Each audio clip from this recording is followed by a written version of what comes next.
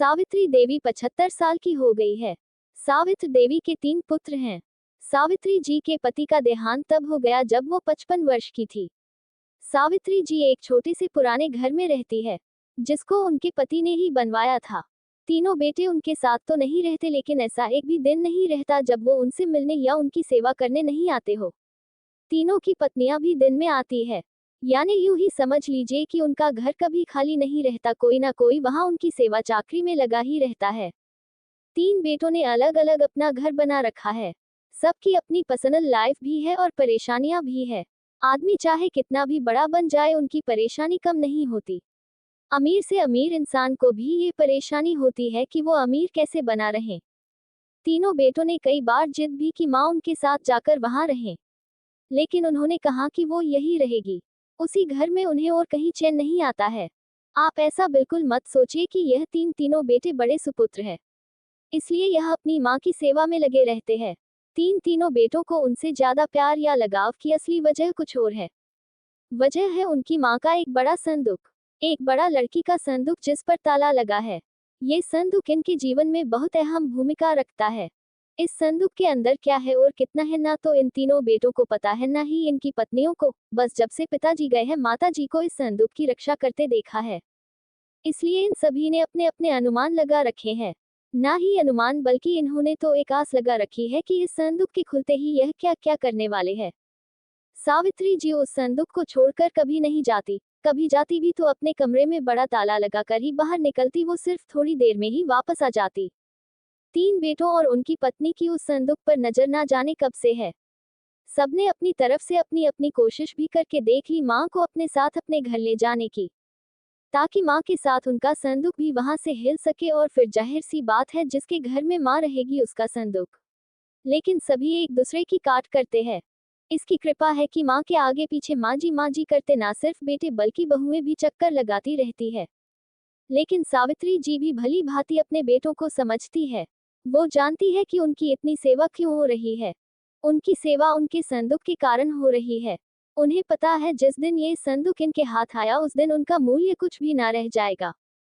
तीनों भाइयों और उनकी पत्नियों में यह बातें है कि माँ के पास ना सिर्फ उनका सोना है, बल्कि उनकी सांस का सोना भी इसी संदूक में है। माँ इसलिए इस संदूक की इतनी हिफाजत करती है। सभी अपनी अपनी कहानियां बनाकर बैठे हैं। किसी का दावा है कि उन्होंने संदूक को एक बार उठाकर देखा है, वो बहुत भारी है। माँ के कमरे में इन बहुओं ने कई बार सफाई के बहाने संदूक के पास जाने की कोशिश की, लेकिन माँ जी ने उन्हें बार बार टोका और कहा कि इस संदूक से अभी दूर रहो। समय आने पर इस संदूक में क्या है तुम्हें अपने आप ही पता चल जाएगा। आखिर माँ की बात कौन टालता, और वो भी अभी तो कोई भी नहीं। बस उस समय के इंतजार में ये सब माँ का अच्छा बेटा और अच्छी बहू बनने की कोशिश कर रहे हैं। रात में कोई ना कोई माँ के घर में जरूर रुकता, लेकिन माँ जी उसे अपने कमरे में सोने नहीं देती थी। इस तरह सावित्री जी ने इस संदूक के सहारे 20 साल निकाल दिए। एक दिन माँ जी तबीयत थी नहीं थी। अक्सर जब तबीयत बिगड़ जाया करती थी तब उनके बेटे उन्हें अस्पताल ले जाने का कहते थे, लेकिन वो उसके लिए भी राजी नहीं होती थी। वो कहती थी कि डॉक्टर को यही बुलवा लो। उनके बेटे ऐसा ही करते थे।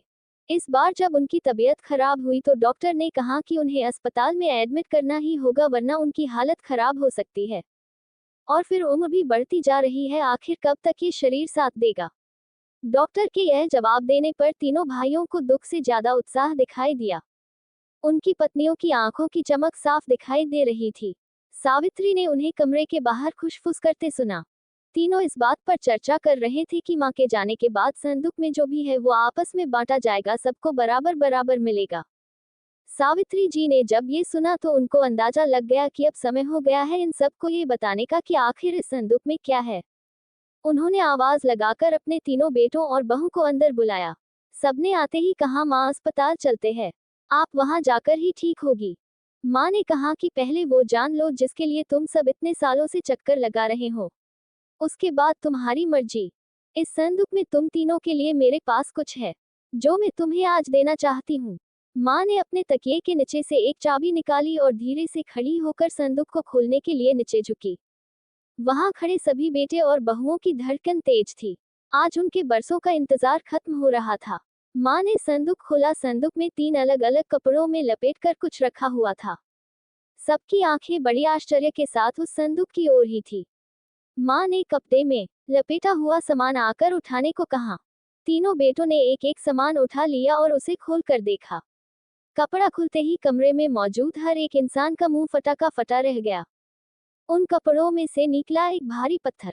तीनों के हाथों में था एक एक पत्थर। यह क्या माँ, इतने दिनों से तुम इन पत्थरों को संभाल कर रखी हुई थी और हमें बेवकूफ बना रही थी। हमने सोचा तुमने गहने संभाल कर रखे हैं।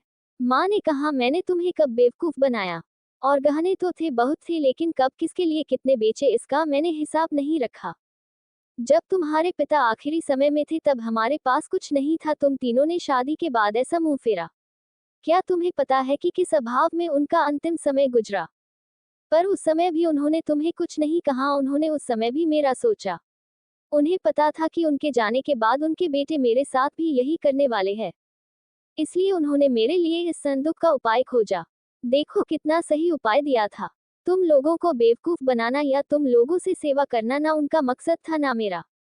वो तो चाहते थे कि उनके जाने के बाद मैं अकेली ना रहूं।